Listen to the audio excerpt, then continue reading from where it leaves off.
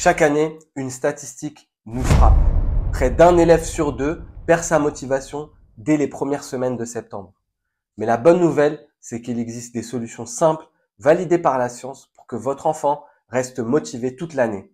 J'ai passé plusieurs dizaines d'heures à compiler les dernières études en neurosciences et en psychologie de l'apprentissage pour vous dénombrer 7 méthodes simples à mettre en place pour garantir la motivation de votre enfant tout le long de l'année scolaire. La première étape tient en un seul mot, la planification.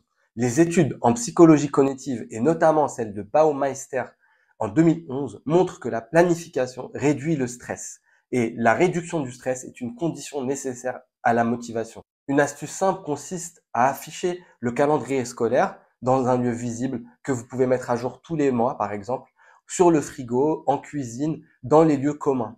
Cela marque dès maintenant les contrôles, les vacances, les périodes de révision. Et si votre enfant suit un accompagnement extrascolaire ou une activité extrascolaire, mentionnez-les, cela permettra d'assurer un rythme, de ritualiser ces semaines. Il sait exactement où il va, jour après jour, semaine après semaine, mois après mois. Deuxième étape, l'espace de travail.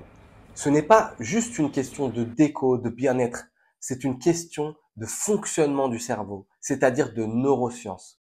John Sweller, avec sa théorie de la charge cognitive, a montré que chaque élément inutile de notre champ de vision consomme une partie de notre énergie mentale.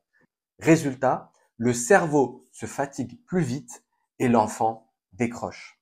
Alors commencez par ce b.a.-ba, un bureau dégagé, une chaise confortable, une bonne lumière naturelle ou une lampe douce. Ajoutez tout le matériel nécessaire à portée de main, cahier, stylo, calculatrice, pour éviter les allers-retours, les prétextes qui coupent et brisent la concentration.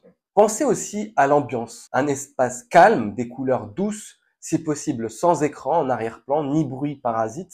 Certaines études ont effectivement montré qu'un parfum léger de lavande ou de citron peut améliorer la concentration et réduire l'anxiété. Et surtout, pour finir, créer un rituel.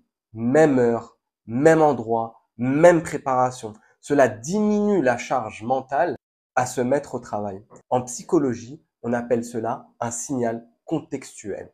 Il permet au cerveau, en quelque sorte, d'être conditionné, de lui lancer un signal que c'est l'heure de passer en mode focus. D'ailleurs, au sein de Master, notre plateforme de soutien scolaire, tous nos professeurs conseilleront à leurs élèves de préparer leur espace avant chaque séance en visio.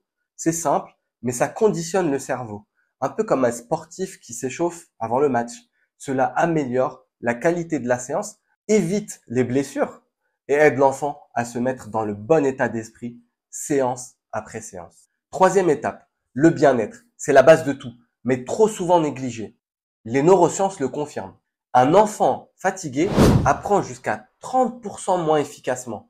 C'est colossal. On sait d'ailleurs, sur la dernière décennie, les adolescents ont perdu jusqu'à 1 heure de sommeil. C'est terrible. Le sommeil agit pourtant comme une clé USB.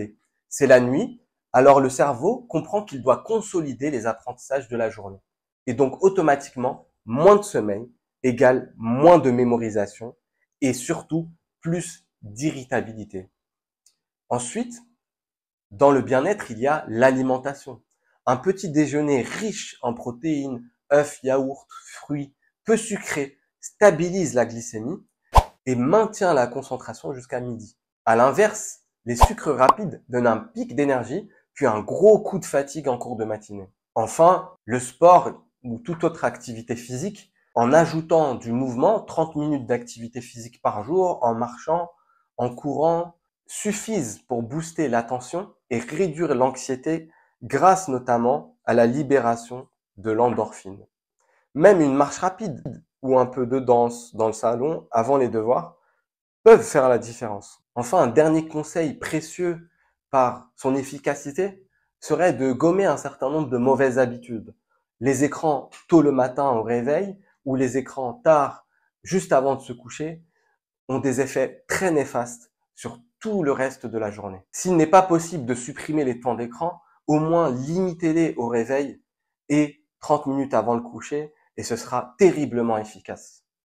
Quatrième étape, fixer des objectifs clairs et cultiver la motivation au sein de votre foyer. La chercheuse Carol Dweck a montré que valoriser les efforts, aussi modestes soient-ils, plutôt que seulement se focaliser sur les résultats, développe la motivation intrinsèque à apprendre. C'est le fameux en anglais growth mindset. L'état d'esprit de croissance, de développement.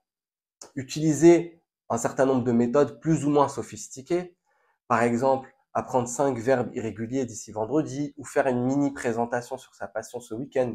Autrement dit, des objectifs simples, réalisables en l'espace de quelques heures ou en l'espace de quelques jours au maximum, mais surtout concrets à mesurer. Cela permettra de séquencer les objectifs, de cultiver de petits pas qui mèneront vers de plus grandes victoires. C'est exactement ce que font nos super tuteurs chez Master, notre plateforme de soutien scolaire. Nos professeurs définissent avec leurs élèves des objectifs simples, précis, les suivent d'une séance à l'autre et célèbrent avec eux chaque progrès, aussi petit soit-il, pour entretenir la motivation. Enfin, cinquième et dernière étape, l'environnement familial. Les travaux de Henderson et Mapp de 2002 montrent que l'implication des parents est un des plus forts prédicteurs de réussite scolaire. Des repas partagés, comme on a oublié de le faire. Un moment chaque soir, même une quinzaine de minutes pour échanger sur le contenu de la journée. Un soutien bienveillant et continu, plutôt qu'une pression excessive. Tout cela renforce la confiance et l'autonomie de l'élève, qui sont les deux biens les plus précieux dans la motivation et donc dans l'estime de soi. Nos super tuteurs chez Master donnent aussi aux parents des retours précis, session après session. Voilà 5 habitudes à mettre en place au sein de votre foyer, validées par la science, pour garantir une motivation intrinsèque tout le long de l'année scolaire pour votre enfant. Comme disait Aristote, on est ce qu'on répète. Einstein disait également que l'éducation, c'est finalement ce qui reste quand on a oublié ce qu'on a appris à l'école.